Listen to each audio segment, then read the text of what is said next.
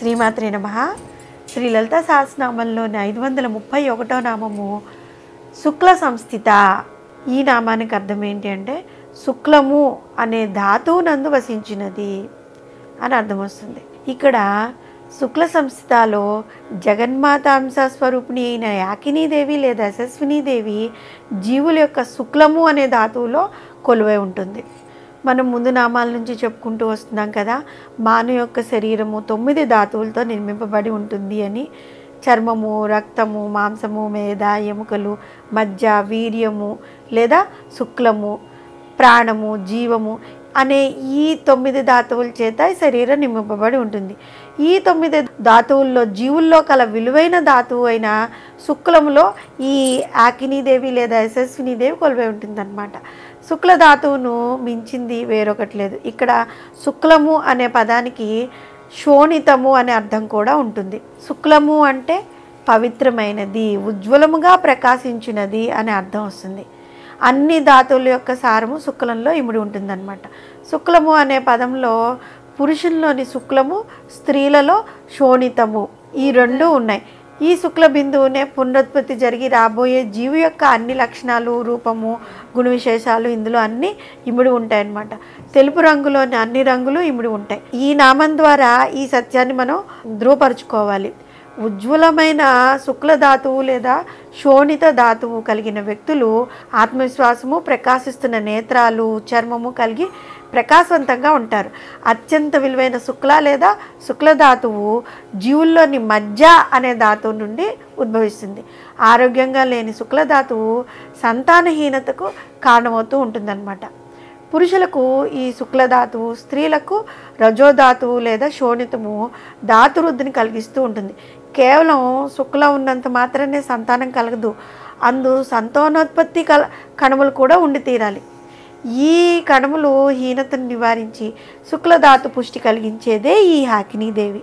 అందువలన సంతానం కలగక బాధపడేవారు 40 రోజుల పాటు భక్తి శ్రద్ధలతో ఓం శుక్ల సంస్థితాయే నమః అని కానీ, ఓం యాకినీదేవ్యే నమః అని కానీ, ఓం యశస్విన్యే నమః అని కానీ కొద్దిసేపు స్మరించి స్వచ్ఛమైన ఆవునేయి నా తల్లికి నివేదించి ఆ నైవేద్యాన్ని ప్రసాదంగా ఆ భార్యాభర్తలు ఇరువురు స్వీకరించినట్లయితే శుక్లము శోణితముతో కలియడం ద్వారా జీవుడు తల్లి గర్భంలో ప్రవేశించి ఆ జగన్మాత కృప వల్ల సంతానం కలుగుతుందన్నమాట. ముందుగా చెప్పుకున్నట్లుగా శుక్లధాతువు మిగిలిన ధాతువులైన చర్మము, రక్తము, మాంసము, మేధ, ఎముకలు, మజ్జ అనే ధాతువులన్నిటి యొక్క సారం అన్నమాట. కనుక శుక్లధాతువు శరీరం అంతా వ్యాపించి ఉంటుంది. శరీరం యొక్క ఓజస్సు అంటే ప్రకాశం తగ్గినా పెరిగినా దానికి ముఖ్య కారణం ఆ జీవుల్లో సంభవించే శుక్లధాతువులోని మార్పులే అనమాట. సర్వ బీజస్వరూపమై ఉండే యాకినీదేవిని లేదా యశస్వినీదేవిని అన్నిత్యము స్మరించినట్లయితే శరీరం అంతా కాంతివంతంగా ఎల్లప్పుడూ ప్రకాశిస్తూ ఉంటుంది. సాధకులకు పరమావధి జీవుల యొక్క శిరస్సు పైభాగాన బ్రహ్మరంధ్రంలో శాస్త్రదళ పద్మస్థగా కొలువై శుక్ల ధాతువును ఆశ్రయించి ఉండి జీవుల్లో పునరుత్పత్తి సామర్థ్యాన్ని కలిగించే జగన్మాత అంశస్వరూపిణి అయిన యాకినీదేవిని లేదా యశస్వినీదేవిని మనం అందరం కనుక అన్నిత్యము శ్రద్ధాభక్తులతో శుక్ల సంస్థితాయే నమః అనే నామంతో స్మరించినట్లయితే ఎవరికైతే పిల్లలు ఉండరో మనం ఈ నామంలో చెప్పిన విధంగా చేసినట్లయితే వారికి సంతానం కలుగుతుంది. శ్రీమాత్రే నమః. శ్రీ లలితా సహస్రనామంలోని 532వ నామము సర్వతోముఖి. ఈ నామానికి అర్థం ఏంటి అంటే అన్ని వైపుల నుండి ముఖం కలిగినది, అన్ని వైపులా ముఖము కలిగినది అని అర్థం వస్తుంది. 528వ నామం నుంచి 534వ నామం వరకు సహస్రార చక్రంలో కొలువై ఉన్న జగన్మాత అంశ స్వరూపురాలైన యాకినీదేవి గురించి, ఆమె యొక్క లక్షణాల గురించి వివరిస్తున్నారు మనకి వసిన్యాది వాగ్దేవతలు. 528వ నామైన శాస్త్రదళ పద్మస్థలో ఆ తల్లి శిరస్సు పైభాగాన బ్రహ్మరంధ్రంలో కొలువై ఉన్న సహస్రార చక్రంలో 1000 దళములు కలిగిన పద్మకర్ణికలో కొలువై ఉంటుందని, 529వ నామంలో సర్వవర్ణోపశోభిత అని జగన్మాత సమస్త విశ్వంలో అన్ని రంగులు, అన్ని వర్ణాక్షరములు, అన్ని ధ్వనులు ఆ అమ్మవారివిగానే శోభిల్లుతూ ఉంటుందని. 530వ నామంలో సర్వాయుధధరాలో ఆ తల్లి తన 1000 చేతుల్లో 1000 ఆయుధాలు ధరించి ఉంటుందని. 531వ నామంలో శుక్ల సంస్థిత అనే నామంతో జగన్మాత అంశ స్వరూపిణి అయిన యాకినీదేవి లేదా యశస్వినీదేవి జీవుల యొక్క శుక్లము అనే ధాతువులో కొలువై ఉంటుందని వివరించారనమాట. ప్రస్తుత నామంలో 532వ నామైన సర్వతోముఖిలో జగన్మాత అన్ని వైపుల ముఖాలని కలిగి ఉంటుందని తెలియజేస్తున్నారు. ఏదైనా పరబ్రహ్మ స్వరూపుని వర్ణిస్తున్నప్పుడు సర్వ లేదా సహస్ర అనే పదం ఎక్కువగా మనం వాడుతూ ఉంటాం. ఈ సర్వ లేదా సహస్ర అనే పదానికి అనేక లేదా లెక్కలేనన్ని అనే అర్థాలు ఉన్నాయి. ఈ అర్థము తలలకు, పాదాలకు, చేతులకు ఈ వేటికైనా వర్తిస్తూ ఉంటుందన్నమాట.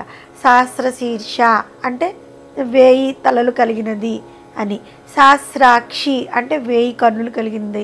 సహస్రపాత్ ఈ నామాలన్నీ ఆ అర్థాలతో కూడి వాడబడుతూ ఉంటాయి. జగన్మాతకు అన్ని వైపులా తలలున్నాయి అని చెప్పడంలో అంతరార్థం ఏంటి అంటే, ఏ సాధకుడైతే ఈ సమస్త విశ్వంలో సకల జీవుల యొక్క శిరస్సులను జగన్మాత తల్లుగా భావించాలి అని అర్థం.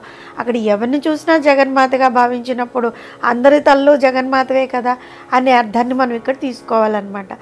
ఆ విధంగా భావించగలిగిన నాడు అతనికి ఈ విశ్వంలో ఏ వైపు చూసినా ఆ తల్లి దర్శనమిస్తూ ఉంటుంది.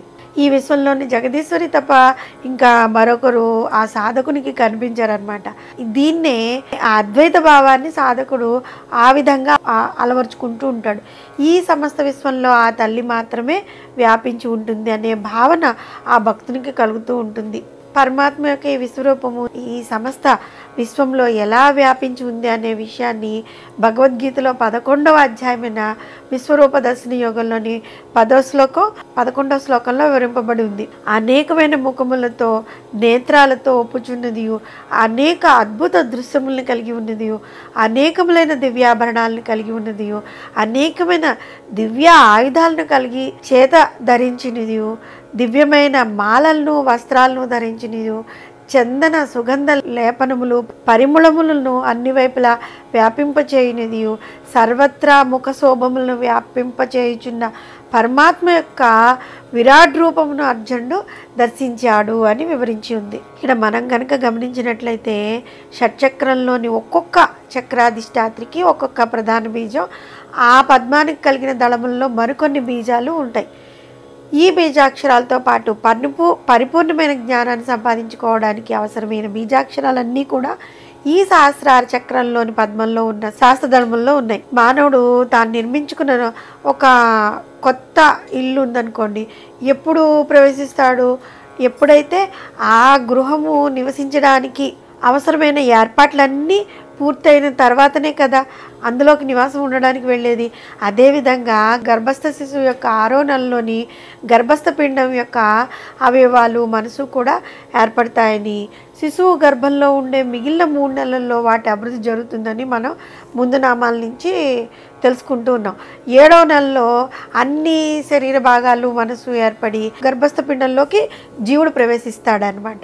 అందుకనే 7వ నెల పూర్తయిన తర్వాత జన్మించిన శిశువులు పరిపూర్ణ ఆరోగ్యవంతులుగా అవడం మనకి తెలిసిన విషయం కదా. ఇదే 7వ చక్రంలో వసించే శాస్త్రదళ పద్మస్థ లేదంటే సర్వతోముఖి అయిన జగన్మాత అన్నమాట.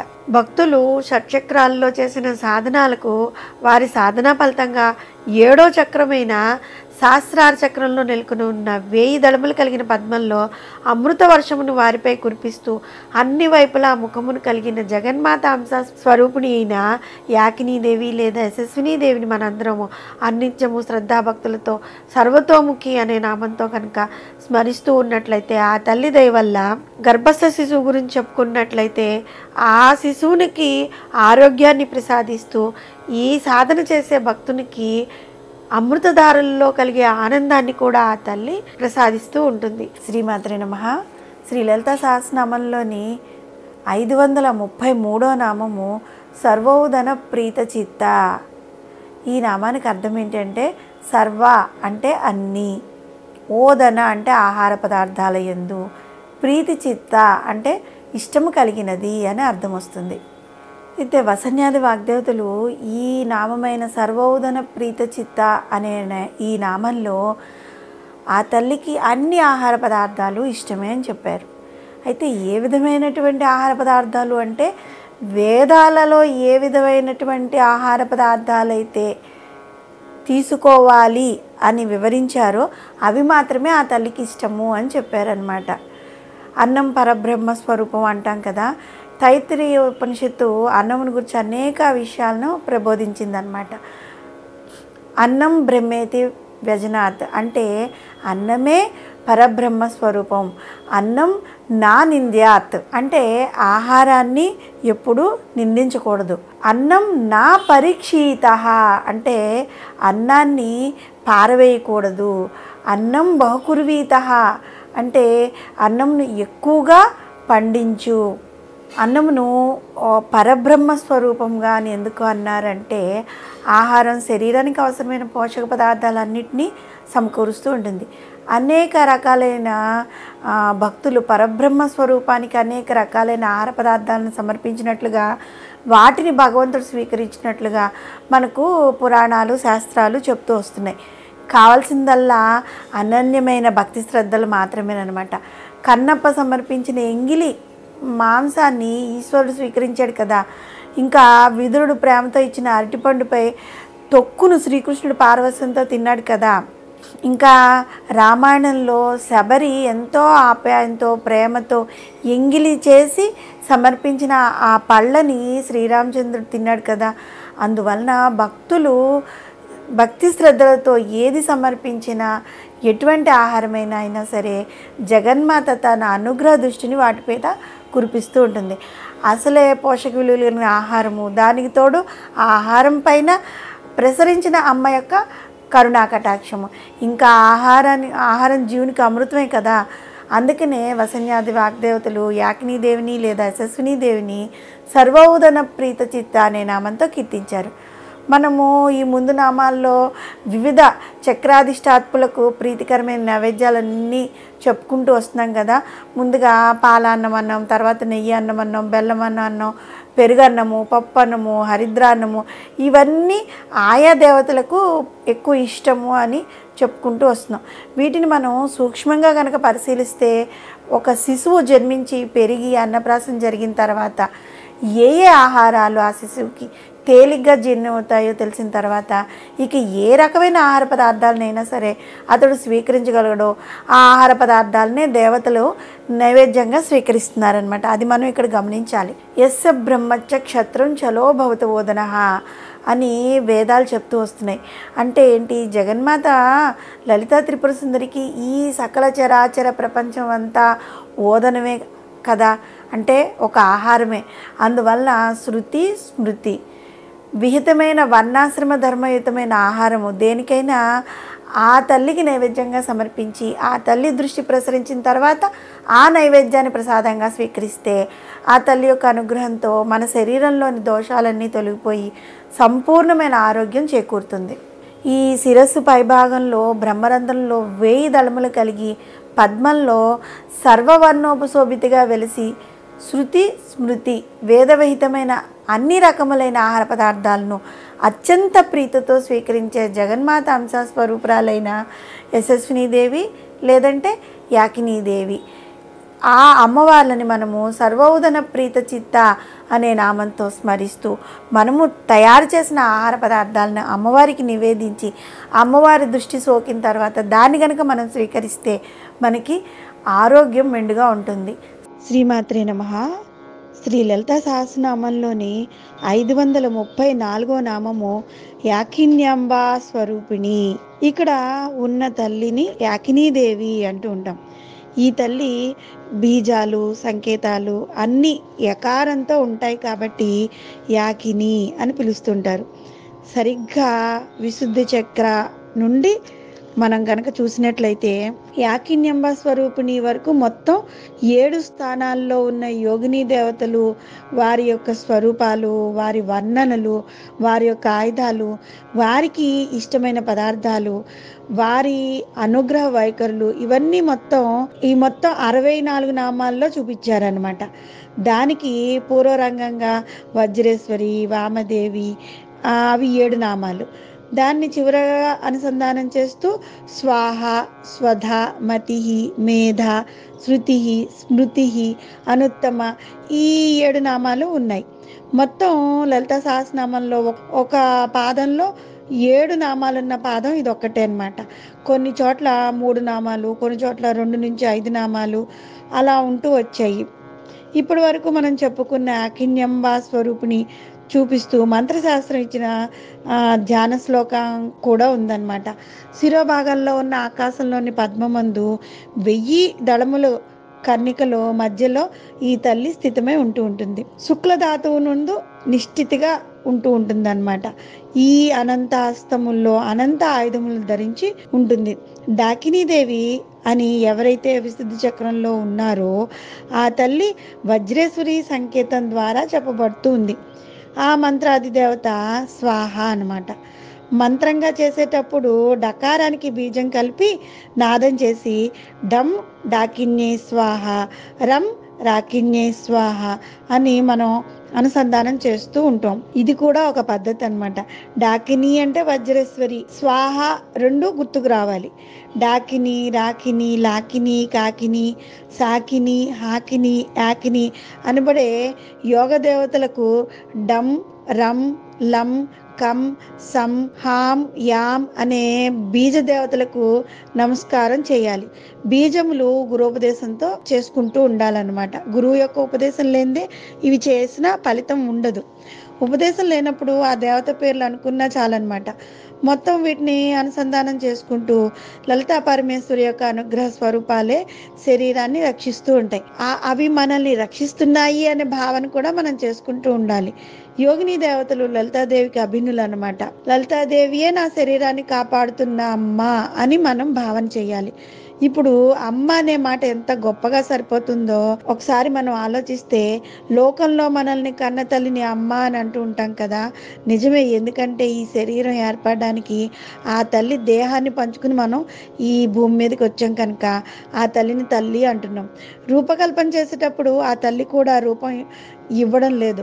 కడుపులో ఉన్న వారిని పోషిస్తూ ఉంటే తాను ఒక పాత్రగా కేవలం భరిస్తూ ఉంటుందన్నమాట. ప్రమాదం కలగకుండా జాగ్రత్త పడుతూ ఉంటుంది. కానీ రూపం తాను మలచలేదు కదా. ఎవరు మలిచారు మరి? జీవుడు మలుచుకున్నాడా? మన కర్మలకు అనుగుణంగా గుర్తుపెట్టుకుని దాన్ని అనుసరించి దేవాదులు కల్పన చేస్తున్న ఒక మహాశక్తి ఈ ప్రకృతిలో, అంటే ఈ విశ్వంలో వ్యాపించి ఉందన్నమాట. ఆ మహాశక్తే మన యొక్క కర్మలకి అనుగుణంగా రూపకల్పన చేసింది. ఆ తల్లి ఆ రూప నిర్మాణానికి మనకి సహకరిస్తూ ఉంటుంది. గర్భం నుండి వెలికి వచ్చిన తర్వాత ఆ తల్లి మనల్ని విడిచిపెట్టేస్తుంది, కొంతకాలం పోషిస్తుంది.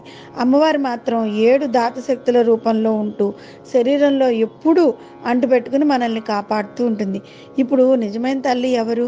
శ్రీమాత అన్నప్పుడు మరొక్కసారి ఆ భావన తెచ్చుకోవాలి. శ్రీమాత్రే నమః అన్న మంత్రానికి ఎంత శక్తి ఉందో మరొకసారి మనం తెలుసుకోవాలి. ఆ మాతృ లక్షణం ఎంత గొప్పగా కనిపిస్తుందో చూడండి. అంతేకాదు, ఈ జీవునికి కర్మ కొద్దీ దేహం ఉంటుందన్నమాట. చిట్ట చివరికి ఈ దేహం పతనం అయిపోతూ ఉంటుంది. ఆ తర్వాత ఏ కర్మవాసనలు ఉన్నాయో అవన్నీ లాగి వాటి యొక్క సూక్ష్మ శరీరంలో నిక్షిప్తం చేసి ఆ సూక్ష్మ శరీరాన్ని కూడా పట్టుకుని వీనికి తగిన దేహం ఏమిటా ఏర్పాటు చేసి మళ్ళీ అందులో ఆ అమ్మవారు పెడుతూ ఉంటుంది. ఒక జన్మలో ఒక తల్లి, ఇంకో జన్మలో ఇంకో తల్లి.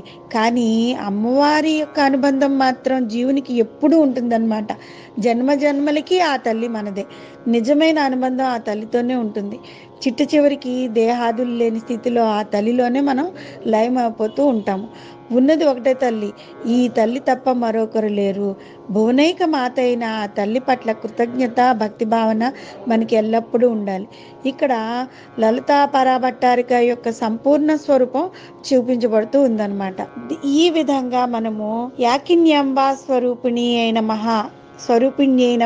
యాకిన్యంబా స్వరూపిణి అయిన అనే ఈ నామంతో అమ్మవారిని మనం ఎల్లప్పుడూ స్తుతిస్తూ ఉండడం వల్ల మనల్ని జన్మ జన్మలకి కూడా ఆ తల్లి, మనం ఈ నామంలో చెప్పుకున్నట్లుగా ఒక జన్మకి ఒక తల్లే కదా, ఈ జన్మలో ఒకరు మనకి తల్లిగా వ్యవహరింపబడితే మరొక జన్మలో మరొకరు తల్లిగా వస్తూ ఉంటారు.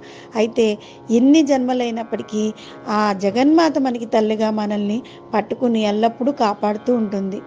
శ్రీమాత్రే నమః. శ్రీ లలితా సహస్రనామంలోని 535వ నామము స్వాహ.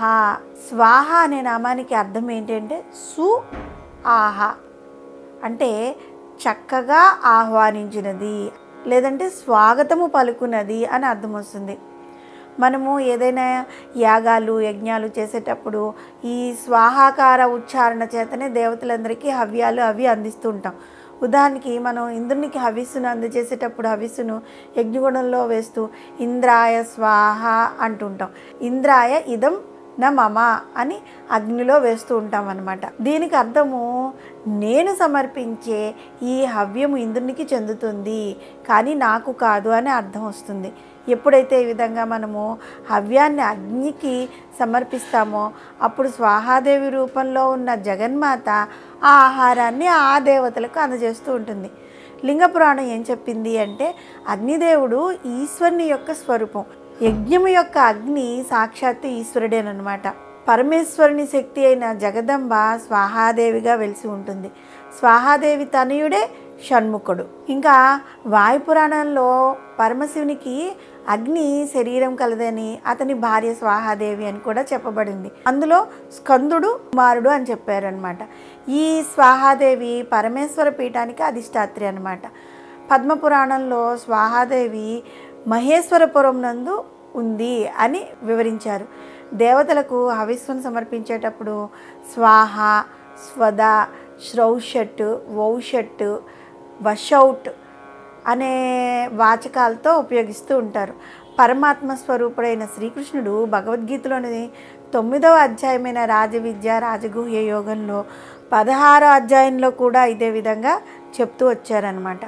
అక్కడ శ్రీకృష్ణ భగవాన్లు ఏం చెప్పారు అంటే నేనే క్రతువును, నేనే యజ్ఞాన్ని, నేనే స్వదయును, నేనే ఔషధాన్ని, నేనే మంత్రాన్ని, నేనే ఘృతాన్ని, నేనే అగ్నిని, హోమక్రియను చేసేది కూడా నేనే.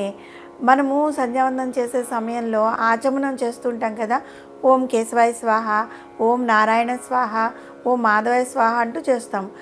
ఈ ఆహుతులు మనం మన జీర్ణాశయంలో ఉన్న వైశ్వానరాగ్నికి సమర్పించే హవిస్సులు అనమాట. ఇలా చేయడం వల్ల మనం తినిన ఆహారము మనలో ఉన్న జఠరాగ్ని రూపంలో ఉన్న వైశ్వానరుడు పూర్తిగా దాన్ని భస్మం చేస్తూ ఉంటాడు. స్వాహాదేవికి 16 నామాలు ఉన్నాయి, అంటే 16 నామాలు ఉన్నాయన్నమాట. అవేంటి అంటే స్వాహ, వహినిప్రియ, వహినిజాయ, సంతోషకారిణి, క్రియ, శక్తి, కాళరాత్రి, పరిపాకకరి, ధ్రువ, గతి, దాహక, దాహనక్షమ, సంసార సారరూప, దేవపోషణకారిణి, మోద సంహారతారిణి, దేవజీవన రూప. ఈ 16 నామాలతో స్వాహాదేవిని నిరంతరం స్తుతించే వారికి అవివాహితులకైతే వివాహం సిద్ధి కలుగుతుంది, సంతానం లేని వారికి సంతాన సిద్ధి కలుగుతుంది. ఇంకా మార్కండేయ పురాణంలో ఏం చెప్పారంటే ఓ దేవి, నీ నామాలను ఉచ్చరించడం వల్ల దేవతలందరూ తృప్తి చెందుతూ ఉన్నారు అని చెప్పబడిందనమాట.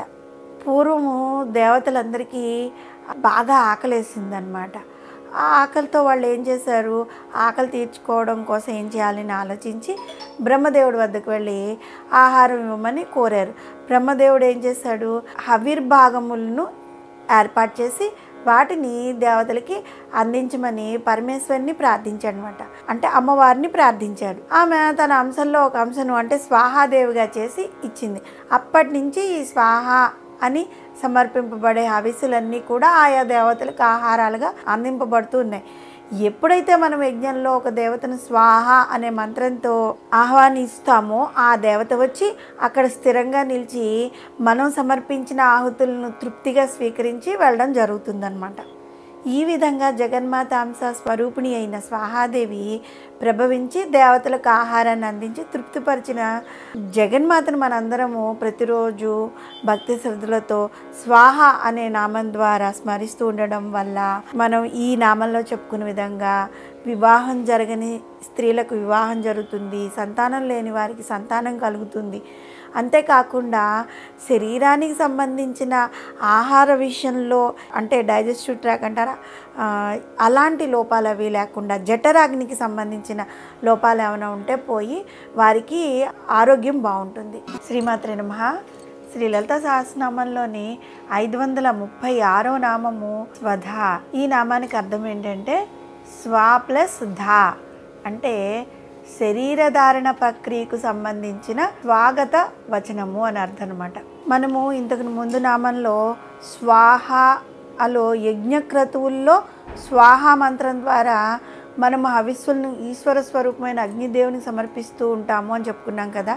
అలాగే జగన్మాత హంస రూపమైన స్వాహాదేవి వాటిని స్వీకరించి వాటిని ఏ దేవతలకైతే మనం అందిస్తున్నామో ఆ దేవతలకు మనం వేస్తున్నామో ఆ దేవతలకు ఈ స్వాహాదేవత మనం అందించే హవిస్సులను ఆ అమ్మవారు ఆ దేవతలకు అందిస్తూ ఉంటారనమాట. జీవుల్లోని సృజనాత్మక శక్తిని పెంపొందించేవారు దేవతలైతే ఈ శరీరధారణకు ఆ శరీర ఆహారాన్ని స్వీకరించి వృద్ధి పొందడానికి తోడ్పడేవారు పితృదేవతలు అనమాట. వారే లేకపోతే ఈనాడు మనకు ఈ శరీరమే అసలు ఉండేది కాదు. అందుకు కృతజ్ఞతగా మనం వారికి సమర్పించే తర్పణాలనే కవ్యము అని అంటూ ఉంటారు. దేవతలకు సమర్పించేది హవ్యము అయితే ఈ విధంగా మనం పితృదేవతలకు విడిచిపెట్టే తర్పణల్ని వాటిని స్వధా మంత్రంతో వదిలిపెట్టాలన్నమాట. కాబట్టి స్వధా అనే నామము పితృదేవత ఆహ్వాన వాచకం లేదా పితృదేవత దానవాచకము అంటారు.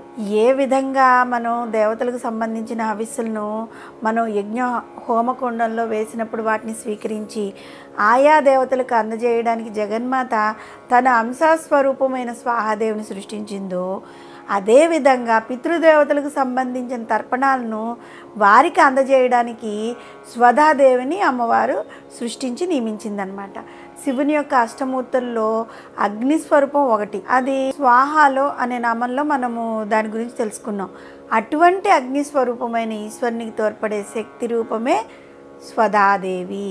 స్వాహాదేవి అగ్నికి కుడివైపున ఉంటే ఈ స్వాహాదేవి అగ్నిదేవునికి ఎడం వైపున ఉంటుందట. స్వాహ స్వధ దేవతలిద్దరూ అగ్ని రూపమైన ఈశ్వరునికి కుడి ఎడమల వైపు ఉంటారని మనం ఇప్పుడేగా చెప్పుకున్నాము. అంటే వీరిరువురు కూడా సవ్య అపసవ్య పద్ధతుల్లో ఉంటారనమాట. అందుకని మనం చేసే కార్యాల్లో స్వాహ అనే మంత్రంతో దేవతలకు హవ్యం సమర్పించినప్పుడు మనం యజ్ఞోపవీతం సవ్యముగా అంటే ఎడమ భుజం మీద వేసుకోవడము, పితృదేవతలకు కవ్యము అనగా తిలదానము పిండదానము సమర్పించేటప్పుడు అపసవ్యముగా అంటే కుడి భుజం మీద ఉండాలన్నమాట. అంటే దంజం వేసుకునేటప్పుడు ఎడమ భుజం నుంచి కుడి నడుముకు వచ్చినట్లు అది సవ్యముగా, అపసవ్యముగా అంటే మళ్ళీ దాన్ని తిప్పి ఇలా వేసుకుంటూ ఉండాలి. ఈ జీవుడు శరీర ధారణ చేసింది మొదలుకొని అతన్ని యొక్క శరీరం వృద్ధి చేసి నడిపించి వాడు నడవలేనప్పుడు అంటే ఆ జీవి నడవలేని పరిస్థితిలో ఉన్నప్పుడు నడిపించే శక్తిని ప్రసాదించే మాత ఈ స్వధాదేవి. గత నామాల్లో స్వాహాలో స్వాహాదేవికి 16 నామాలు ఉన్నాయని చెప్పుకున్నాం కదా. ఆ నామాల్లో ఆ తల్లిని స్మరించినట్లయితే అంటే ఈ 16 నామాల్లో ఆ తల్లిని స్మరించినట్లయితే దేవతలందరూ సంతోషిస్తారని మనం ఇంతకుముందు నామాల్లో చెప్పుకున్నాం. అలాగే స్వధాదేవికి కూడా 7 నామాలు ఉన్నాయన్నమాట. పితృదేవతలకు సంబంధించిన కార్యాలను మనం సక్రమంగా నిర్వహించుకోలేకపోవచ్చు. అటువంటప్పుడు ఆ తల్లికి సంబంధించిన 7 నామాలతో మనం స్వధాదేవిని స్మరించినట్లయితే పితృదేవతలు కూడా సంతోషిస్తారు. స్వధాదేవికి ఉన్న 7 నామాలు ఏంటి అంటే పితృప్రాణతుల్య, ద్విజప్రీతికర, ద్విజ జీవన రూపిణి, శ్రాద్ధాధిష్టాతృదేవి, శ్రాద్ధ ఫలప్రద, బ్రహ్మ మానస కన్య, పితృదృష్టిప్రద. ఈ విధంగా 7 నామాలు ఉన్నాయన్నమాట. యజ్ఞ యాగాదులు పితృకార్యాలు చేయడం కష్టసాధ్యమైన ప్రస్తుత కాలంలో ఈ స్వాహాదేవిని కానీ స్వధాదేవిని వారి వారి నామాలతో స్మరించడం జీవులకు చాలా మంచి జరుగుతుంది. తానే స్వధా రూపంలో ఉన్నాను అనే విషయాన్ని గీతాచార్యుడైన శ్రీకృష్ణ భగవానుడు భగవద్గీతలో 9వ అధ్యాయమైన రాజవిద్య రాజగుహ్య యోగంలోని 16వ శ్లోకంలో వివరించారు. ఏంటి? క్రతువును, యజ్ఞమును, స్వధయను, ఔషధాన్ని, మంత్రమును, ఘృతమును, అగ్నిని హోమక్రియను కూడా నేనై ఉన్నాను అని చెప్పారు. దేవతలను యజ్ఞయాగాదులతో సంతృప్తిపరచడంతో పాటు పితృదేవతలను కూడా స్వధాదేవిని స్మరించడం ద్వారా సంతృప్తిపరచడం మన విధి అన్నమాట. పితృకార్యాలు నిర్వహించేటప్పుడు వారికి స్వధానామంతో సమర్పించే తిలదానాలని, పిండదానాలని స్వీకరించి వాటిని ఆయా పితృదేవతలకు అందజేసే ఆ పితృకార్యాల అనుగ్రహం జీవులపై కురిపించే జగన్మాత అంశస్వరూపిణి అయిన స్వధాదేవిని మనందరం నిత్యం శ్రద్ధాభక్తులతో స్వధా అనే నామంతో స్మరిస్తూ ఉంటే పితృదేవతలకి అంటే పితృదోషాలు అలాంటివి ఉన్నాయని చెప్తూ ఉంటారు కదా, అలాంటి దోషాలన్నీ తొలగిపోయి శ్రీమాత్రే నమః. శ్రీ లలితా సహస్రనామంలోని 537వ నామము అమతిహి. ఈ అమతిహి అనే నామానికి అర్థం ఏంటి అంటే అవిద్యాస్వరూపము. అమతిహి, అమతిహి అంటే అవిద్యాస్వరూపము. లలితా సహస్రనామం పారాయణ చేసేవారిలో చాలామంది ఈ నామం పూర్వ నామమైన స్వధాతో కలిపేసి మతిహి అంటే స్వధా మతిహి అని చదవటం మనం గమనిస్తూనే ఉంటాం. కానీ ఈ నామాన్ని అమతిహి అని ప్రామాణికంగా శ్రీ భాస్కర్ రాయల వారు వంటి వారు నిరూపించారనమాట. ఇక్కడ మనకు ఒక సందేహం రావచ్చు, జగన్మాత విద్యాస్వరూపురాలు కదా, జ్ఞానస్వరూపురాలు కదా, మరి ఈ నామంలో ఆ తల్లి అవిద్యాస్వరూపంగా ఎందుకు చెప్పబడుతూ ఉంది అనే డౌట్ వస్తుంది. సృష్టి మామూలుగా మొదట అవ్యక్తం అన్నమాట, తర్వాత వ్యక్త రూపంగా మారింది. అంటే సృష్టికి ముందు బుద్ధి యొక్క సృష్టి జరగలేదు. అంటే సృష్టి జరిగినప్పుడు ముందు దానికి బుద్ధి అనే ఒక సృష్టి జరగలేదన్నమాట. ఈ విశ్వమంతా మొదట అవిద్యా స్వరూపంగానే ఆవిర్భవించింది. తర్వాత జగన్మాత విద్యను లేదా బుద్ధిని సృష్టించింది. ఈ అవిద్యయే అంటే అజ్ఞానము అనగా సంకల్ప వికల్పములను నిశ్చయపరచు బుద్ధి స్వల్పంగా కలది అన్నమాట. అందువలన ముందు ఆవిర్భవించిన ఆ విద్య, తర్వాత ప్రభవించిన విద్య, ఈ రెండు స్వరూపాలు కూడా సాక్షాత్తు ఆ జగన్మాతవే అని ఇక్కడ అర్థం. చీకటి ఉంటేనే కదా వెలుతురు యొక్క విలువ, అవిద్య ఉంటేనే కదా విద్య యొక్క విలువ తెలుస్తుంది. విద్య కలిగిన వాడిని చూసిన తర్వాతే కదా విద్య లేని వానికి విద్య యొక్క విలువ తెలుస్తుంది. అమతిహి అనే స్థితి బుద్ధి వికసించడానికి ముందు ఉన్న స్థితి అన్నమాట, అంతేకాని బుద్ధి లేని స్థితి కాదు. ఒక మహాశబ్దానికి ముందు ఉండే నిశ్శబ్దమైన స్థితి అది. నిశ్శబ్దంలో నుండి శబ్దం ఎలా పుడుతుందో అదేవిధంగా అమతిలో నుండి మతి ఆవిర్భవిస్తుంది అన్నమాట. అమతిహి అనేది సృష్టిద్దామనుకునే కోరిక కలగక ముందు ఉన్న స్థితి లేదా మూల ప్రకృతిగా మనం భావించాలి. బుద్ధికి సంబంధించిన నామము మేధ అనే నామము. ఈ వెంటనే వస్తుంది కాబట్టి ఈ నామాన్ని అమతిహి అని స్వీకరించడం సమంజసంగానే ఉంటుంది కదా. ఇక్కడ ప్రస్తుత నామే కాకుండా పూర్వనామాలు, రాబోయే నామాల్లో కూడా ఒక మహాద్భుతమైన లలితా సహస్రనామ శ్లోకాన్ని వివరించాలి. ఎందుకంటే ఒక్కొక్క నామానికి అత్యంత అద్భుతమైన అర్థాలను వసన్యాది వాగ్దేవతలు మనకు వివరించారు. అలా అయినప్పటికీ కూడా 110వ శ్లోకమైన 2వ వరుసలో నామాల్లో వాగ్దేవతలు ఒక గుప్త నిధిని దాచి ఉంచారనమాట. అదేంటి అంటే అది గనక సరిగ్గా అర్థం చేసుకోగలిగితే మన ఆధ్యాత్మిక జీవితంలో ఎంతో పరిపూర్ణతమవుతుంది. బాగా శ్రద్ధగా గమనించాలి. లలితా సహస్రనామంలోని 110వ శ్లోకంలోని 2వ వరుస 7 నామాలతో ఉంటుంది. అదేంటది? ఈ విధంగా సహస్రనామాల్లోని మరి ఏ ఇతర శ్లోకం లేదనమాట. ఆ వరుసను మనం చదివితే ఈ విధంగా ఉంటుంది: స్వాహా స్వధామతిర్మేధ శృతి స్మృతిరనుత్తమా. ఇది మొత్తం 7 నామాలు కలిగిన ఒక వరుస అనమాట. ఈ 7 నామాలు 7 చక్రాలకు అధిదేవతల నామాలన్నమాట. స్వాహ అంటే విశుద్ధ చక్రం, డం డాకిని స్వాహాయై నమః. స్వధ అంటే అనాహత చక్రం, రం రాకిని స్వదాయై నమః. అమతి అంటే మణిపూరక చక్రం, లం లాకిని అమత్యై నమః.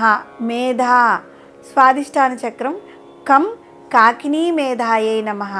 శృతి మూలాధార చక్రం, శం శాకిని శృత్యై నమః.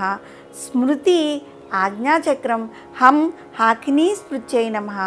అనుత్తమ సహస్రార చక్రం, యం యాకిని అనుత్తమాయై నమః. ఆయా దేవతల స్మరించడం వలన కలిగే ఆరోగ్య లాభాలను మనం గత నామాల్లో వివరించడం జరిగింది కదా.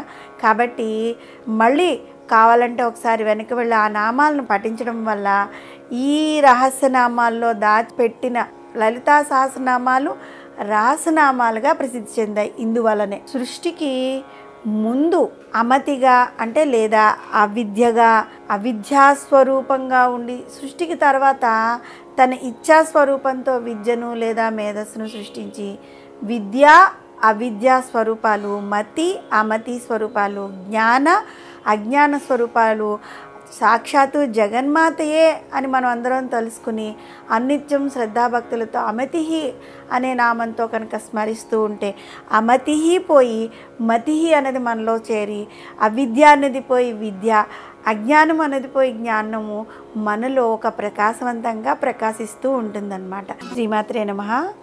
శ్రీ లలితా సహస్రనామంలోని 538వ నామము మేధ. ఈ నామానికి అర్థం ఏంటి అంటే బుద్ధి విశేష రూపమైనది అని అర్థం వస్తుంది. జీవుల్లో బుద్ధి రూపంగా నిలిచి ఉన్న జగన్మాతను మేధ అని అపరాజిత స్తోత్రంలో ఆ తల్లిని యాదేవి సర్వభూతేషు బుద్ధి రూపేణ సంస్థిత నమస్తస్యై నమస్తస్యై నమస్తస్యై నమో నమః అని ప్రార్థించింది. మతి వలన వచ్చిన శక్తిని, ధారణ వలన వచ్చిన శక్తిని మేధ అంటూ ఉంటారు.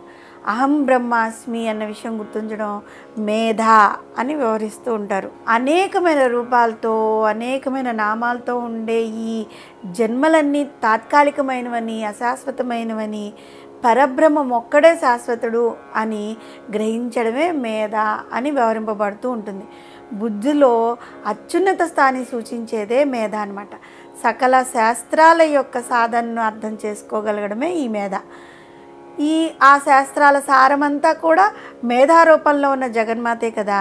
పరబ్రహ్మ స్వరూపమైన జగన్మాత లలితా త్రిపుర సుందరిని మేధా శక్తి స్వరూపురాలైన హైగ్రీవుడు, దక్షిణామూర్తి, సరస్వతీదేవి రూపాల్లో కూడా మనం ఆరాధిస్తూ ఉంటాం. బుద్ధిపూర్వకమైన సృష్టియే మేధారూపం అవడం చేత సకల శాస్త్రసారమైన దేవి సర్వజీవులందు మేధారూపంగా ఉంటూ ఉంటుంది. అగ్నిపురాణంలో ధీధారణావతి మేధ అని ఉండడం చేత ఆ తల్లి బుద్ధి విశేష రూపమైంది అని మనం తెలుసుకోవాలి. పద్మపురాణంలో దేవి కాశ్మీర మండలం అందున్న మేధాదేవి రూపం ఉందన్నమాట. కొందరు మేధావులు తమ మేధాశక్తితో అష్టావధానాలు, శతావధానాలు, సహస్రావధానాలు కూడా చేయగల ఒక ధారణాశక్తిని కలిగి ఉంటూ ఉంటారు వారు. అటువంటి వారిలో గౌరవనీయులైన వారు మనకు తెలిసిన వారిలో ముఖ్యంగా గరికపాటి నరసింహారావు గారు, మేడసాని మోహను, శ్రీ మాడుగుల నాగఫణిశర్మ గారు, అలాంటి వారు ధారణాశక్తి కలవారిని మనం చూస్తూనే ఉంటాం. అదేవిధంగా చాగంటి కోటేశ్వరరావు గారు, సాంవేదం షణ్ముఖ శర్మ గారు వంటి ప్రవచనకర్తలు తమ అమోఘమైన మేధాశక్తితో అనేక శాస్త్ర విషయాలపై ప్రవచనాలను ఇస్తూ భక్తులకు సులభంగా అర్థమయ్యే శాస్త్రాలను మనకు బోధిస్తూ ఉన్నారు.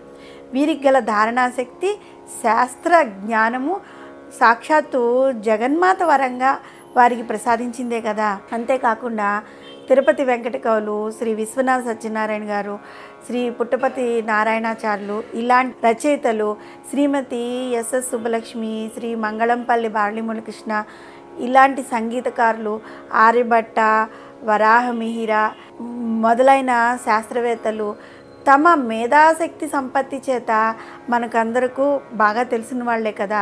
వీరే కాకుండా సమాజంలో అనేక రంగాల్లో ప్రావీణ్యం సంపాదించుకున్న వారు తమ మేధాశక్తిని ప్రదర్శిస్తూనే ఉన్నారు. వీరందరిలోనూ మేధాశక్తిగా నిలిచి ఉంటుంది సాక్షాత్తు ఆ జగన్మాత. బుద్ధి స్వరూపము అన్ని విషయాలను అవగతం చేసుకోగలిగిన మానసిక తత్వము మేధ అని వ్యవహరింపబడుతూ ఉంటుంది. బ్రహ్మ హమస్మితి స్మృతిరేవ మేధ అంటే జన్మ జన్మాంతరముల నుండి జన్మ మరణములను పొందుతున్నప్పటికీ తాను నిత్య నూతనుడు, అనాది సిద్ధుడు, పరబ్రహ్మ స్వరూపము అని జ్ఞానం కలిగి ఉండడమే మేధ అన్నమాట. జీవులు ఆ భావన కలిగించినది కాబట్టే వసన్యాది వాగ్దేవతలు ఆ జగన్మాతను మేధ అనే నామంతో కీర్తించారు. సప్తశతి మేధ అనే విషయాన్ని ఏ విధంగా వివరించింది అంటే, సకల శాస్త్రముల సారమే, కష్టములు అనే భవసాగరముల నుండి రక్షించు దుర్గా స్వరూపము, విష్ణు వక్షస్థల నివాసిని అయిన లక్ష్మీదేవి, ఈశ్వరుని శక్తి అయిన గౌరీదేవి, జీవులందు మేధాశక్తి రూపంగా ఉండి వారిని ఎల్లప్పుడూ కరుణిస్తూ ఉంటుంది అని వివరించింది సప్తశతి. సర్వభూతాల్లోనూ బుద్ధి రూపంగా లేదా మేధా రూపంగా నిలిచి అహం బ్రహ్మాస్మి అంటే నేనే పరబ్రహ్మ స్వరూపమును అనే విషయాన్ని జీవులకు గుర్తుండేలాగా చేసి వేదముల సారమును శాస్త్ర సారమును ఆకలింపు చేసుకుని ఆ విధంగా గ్రహించిన సారమును ఇతరులకు పంచగల బుద్ధి రూపములో ఉన్న జగన్మాతను మనం మేధ అనే నామంతో స్మరిస్తూ ఉంటే, మనం అనుకున్నాం కదా, బుద్ధి మేధ ఇవన్నీ మనలో ఆ తల్లి దయవల్ల ఎక్కువగా అంటే గొప్ప గొప్ప వాళ్ళలాగా అత్యల్పమైన మనకు కూడా సంప్రాప్తించి ఆ దాని ద్వారా మనం కూడా సమాజంలో కీర్తి ప్రతిష్టలు పొందగలుగుతామన్నమాట. శ్రీమాత్రే నమః. శ్రీ లలితా సహస్రనామంలోని 539వ నామము శృతి. ఈ నామానికి అర్థం ఏంటి అంటే వినికిడి ద్వారా తెలుసుకోబడినది అని అర్థం వస్తుంది. అంటే ఈ నామము కర్ణములకు అంటే చెవులకు సంబంధించిన నామం అన్నమాట. వినటం ద్వారా అనేక అద్భుతమైన విషయాలను తెలుసుకుంటూ ఉంటాము. ఋగ్వేదము, యజుర్వేదము, సామవేదము, అధర్వణ వేదము ఈ నాలుగింటిని కూడా శృతులు అని అంటూ ఉంటారు. పూర్వకాలంలో ఈ వేదాలు ఎక్కడ రాసి ఉండబడలేదన్నమాట. ఎందుకంటే ఆ రోజుల్లో పెన్నులు కాగితాలు ఈ మన ప్రింటింగ్ మిషన్లు అవేమీ ఉండేవి కాదు కదా. ఒక సమర్థుడైన గురువు గారు తన నోటి ద్వారా ఈ శృతులను అంటే వేదాలను ఉచ్చరిస్తూ ఉంటే ఆ శిష్యులు ఆ శృతులను శ్రద్ధగా విని అర్థం కాని చోట మరలా చెప్పించుకుని వాటిని నేర్చుకునేవారు. ఈ విధంగా విని నేర్చుకోవడం ద్వారానే వేదాలు వ్యాప్తిలోకి వచ్చాయన్నమాట. ఈ విధంగా జగన్మాత లలితా త్రిపుర సుందరి స్వయంగా ఒక వేద రూపిణి. అంటే వినటం, ఆ విన్నదాన్ని జ్ఞప్తించుకోవటం ఈ రెండు శృతిలోని ముఖ్య అంశాలు. అందుకనే మేధ మరియు శృతి అనే ఈ రెండు నామాలను పక్కపక్కనగా ఉంచడం జరిగిందనమాట. ఈ విధంగా గురువు వద్ద నుండి విని నేర్చుకున్న నామాలను క్రమేపీ ఆ శిష్యులకు బోధించడం, వారు విని నేర్చుకోవడం అనే ప్రక్రియ ద్వారానే వేదరూపిణి అయిన జగన్మాత విశ్వవ్యాప్తమైందనమాట. కాబట్టి వసన్యాది వాగ్దేవతలు ఆ తల్లిని శృతి అనే నామంతో కీర్తించారు. వేదాలు లేదంటే శృతులు ఎలా పడితే అలా చదవకూడదు. వేదాలను పఠించడానికి ఒక ప్రత్యేకమైన స్థాయి, పునఃపుణ్యము అంటే ఒక రకమైన ఫ్రీక్వెన్సీ ఉంటుంది. వాళ్ళు ఎప్పుడైనా వేదాలు చదివేటప్పుడు వినండి, ఒక రాగం తీస్తూ చదువుతూ ఉంటారనమాట. ఆ స్థాయి మరియు ఆ వేవ్ లెంత్ అంటే పౌనఃపుణ్యంతో పఠించినప్పుడు దానిని వినేవారికి శరీరంలో ఈ నకారాత్మక ప్రకంపనలన్నీ పోయి ఒక రకమైన సకారాత్మక ప్రకంపనలు వస్తాయి. శృతి మరియు లయ ఈ రెండు కూడా వేద పఠనంలోని సంగీతంలో కూడా మనకు కనిపించే ఒక పారిభాషికమైన పాదాలన్నమాట. అందుకే శృతిరాత్మ లయ పిత అంటే ఏంటి, శృతి తల్లి వంటిది, లయ తండ్రి వంటి వాడు అని అర్థం వస్తుంది. ఈ రెండిట్లోనూ ఏ ఒకటి సరిగా లేకపోయినా వేదపట్నం కానీ అటు సంగీతం కానీ వినటానికి చాలా కర్ణకఠోరంగా ఉంటాయి. శృతి అనే పదానికి వేరే అర్థం కూడా ఉంది. ఇద్దరు వ్యక్తుల మధ్య ఏ విషయంలోనైనా ఏకాభిప్రాయం కుదిరినప్పుడు వారి మధ్య శృతి కుదిరింది అంటూ ఉంటాం. అంటే ఇద్దరు ఫ్రెండ్షిప్ బాగుందనుకోండి, వాళ్ళిద్దరు శృతి కుదిరిందిరా అంటూ ఉంటాం. ఈ శృతి రూపమే జగన్మాత. ఎవరికి వారు తాము శృతులను ఉచ్చరిస్తూ తాము ఉచ్చరించిన దాన్ని తామే శ్రద్ధగా వింటూ అవసరమైన చోట్ల సర్దుబాటు చేసుకుని తిరిగి మళ్ళీ వినడం, ఇది ఉత్తమమైన శృతి అన్నమాట. వేదాలు అపౌరుషేయములు. ఈ చతుర్వేదాలు, ఉపనిషత్తులు, వేదాంగాలు మొదలైనవన్నీ శృతులు. శృతులు ప్రభు సమానులు. అంటే రాజు ఏ విధంగా ధర్మాన్ని అనుసరించి ప్రజలను పాలిస్తాడో అదేవిధంగా శృతులు ధర్మాన్ని శాసిస్తూ ఉంటాయి. అంటే ఈ విధంగా ఉండు, ఈ విధంగా ఉండు, ఇది ధర్మము అని శాసిస్తూ ఉంటాయి. అదేవిధంగా శృతులు ధర్మాన్ని శాసిస్తూ ఉంటాయి అన్నమాట. శృతులు శబ్దబ్రహ్మ అయిన శ్రీమాత లలితాంబిక యొక్క స్వరూపాలు. ఋక్ అంటే ఋగ్వేదము, యజుర్వేదము, సామవేదము, అధర్వణ వేదాలు శృతులు అనబడతాయి. సృష్టి ప్రారంభ కాలంలో జగన్మాత తన ఉచ్ఛ్వాస నిశ్వాస రూపాలైన శృతులను బ్రహ్మదేవునికి ఇచ్చింది.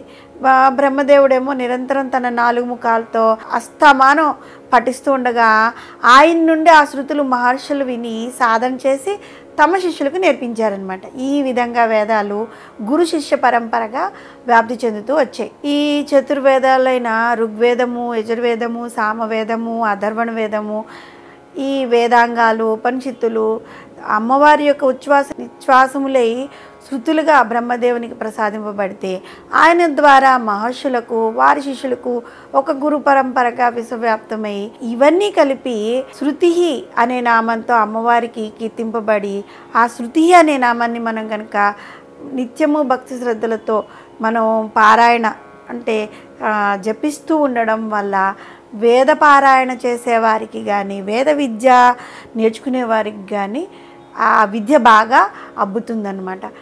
అందులో వాళ్ళు ప్రావీణ్యులు అవుతూ ఉంటారు. శ్రీమాత్రే నమః. శ్రీ లలితా సహస్రనామంలోని 540వ నామము స్మృతి. ఈ నామానికి అర్థం ఏంటి అంటే తిరిగి తిరిగి మళ్ళీ గుర్తు తెచ్చుకొనుట. మనం ఏదైనా చదువుకునేటప్పుడు మళ్ళీ మళ్ళీ చదువు గుర్తు ఎలా తెచ్చుకుంటూ ఉంటామో, ఒక క్వశ్చన్ అండ్ ఆన్సర్స్ అయినా అవైనా స్మృతికి తెచ్చుకోరా అంటూ ఉంటాం, అంటే జ్ఞాపకానికి తెచ్చుకోరా అని. ఈ నామానికి అర్థం కూడా అదే అనమాట, తిరిగి తిరిగి గుర్తుకు తెచ్చుకోవడం. వేదాలు, వేదాంగాలు, ఉపనిషత్తులు ఇవన్నీ కూడా శృతులైతే ఆ శృతుల్లోని విషయాలను మళ్ళా జ్ఞప్తికి తెచ్చుకుంటూ వాటిలో ఉన్న అనేకమైన విషయాలను అనుగుణంగా వివరింపబడే కొత్త కొత్త విషయాలను స్మృతులు అని అంటూ ఉంటారనమాట. మహర్షులు, ఆదిశంకర్లు మొదలైన వారు వేదాల్లోని విషయాలను గ్రహించి వాటికి మన అలాంటి సామాన్య భక్తులకు అర్థమయ్యేలా అనేక గ్రంథాలు రాశారనమాట. అవన్నీ స్మృతులే. వేదాల్లో ఉన్న విషయాల యొక్క ప్రామాణికత దెబ్బతినకుండా మానవ జాతికి అర్థమయ్యేలాగా వారికి ఉపయోగపడే రీతిలో రచింపబడినవే ఈ స్మృతులు అన్నమాట. శృతులకు స్మృతులకు విషయాల్లో భేదం లేదు కనుక శృతులకు ఉన్న ప్రాముఖ్యత స్మృతులకు కూడా ఉంది. అయితే ఇక్కడ మనం గమనించవలసిన విషయం ఏంటి అంటే స్మృతులు స్వతంత్రాలు కావు, అవి శృతులపై ఆధారపడి ఉంటాయి. పురాణాలు, ఇతర ప్రామాణికత గల శాస్త్రాలు, గ్రంథాలు స్మృతులుగా ఉంటాయన్నమాట. ఈ స్మృతుల రూపం కూడా సాక్షాత్తు అమ్మవారే. శృతులను ప్రాధాన్యంగా తీసుకుని ఆచరించే వారిని శ్రోత్రియులు అంటూ ఉంటారు. స్మృతులను ప్రామాణికంగా తీసుకుని ఆచరించే వారిని స్మార్తులు అని అంటూ ఉంటారు. మనువు మొదలైన వారు రచించినవి స్మృతులు అన్నమాట.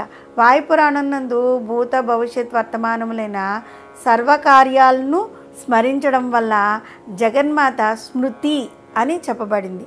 దేవి పురాణం స్మరించటంచే దేవి స్మృతి అని వివరింపబడింది. జగన్మాత యొక్క అనుగ్రహం పొందిన అనేక మంది మహర్షులు వేదాల్లో ధర్మ సూక్తాలను ప్రామాణికంగా గ్రహించి స్మృతులను రచించారన్నమాట. ఈ స్మృతులు 3 భాగాలుగా ఉన్నాయి. అవేంటి అంటే ఆచారకాండ మొదటిది. దానిలో వైదిక కార్యాలను ఆచరించవలసిన పద్ధతులు, రీతులు, వివిధ దేవతార్చనలు, వివాహాది శుభకార్యాలు ఆచరించవలసిన పద్ధతులు ఈ మొదలైనవన్నీ వివరింపబడి ఉన్నాయి. రెండవది ఏంటి అంటే వ్యవహారకాండ. దీనిలో ఈ లౌకిక సంబంధమైన అనేక వ్యవహారాలు, లోక కళ్యాణార్థం చేయబడే క్రతువులు, ఆచరించవలసిన పద్ధతులు అందులో వివరింపబడి ఉన్నాయి. మూడవది ప్రాయశ్చిత్తకాండ అన్నమాట. మనం చేసిన పాపాలు పరిహరించుకోవడం కోసం ఆచరించవలసిన ప్రాయశ్చిత్తాలు ఇందులో వివరింపబడ్డాయి.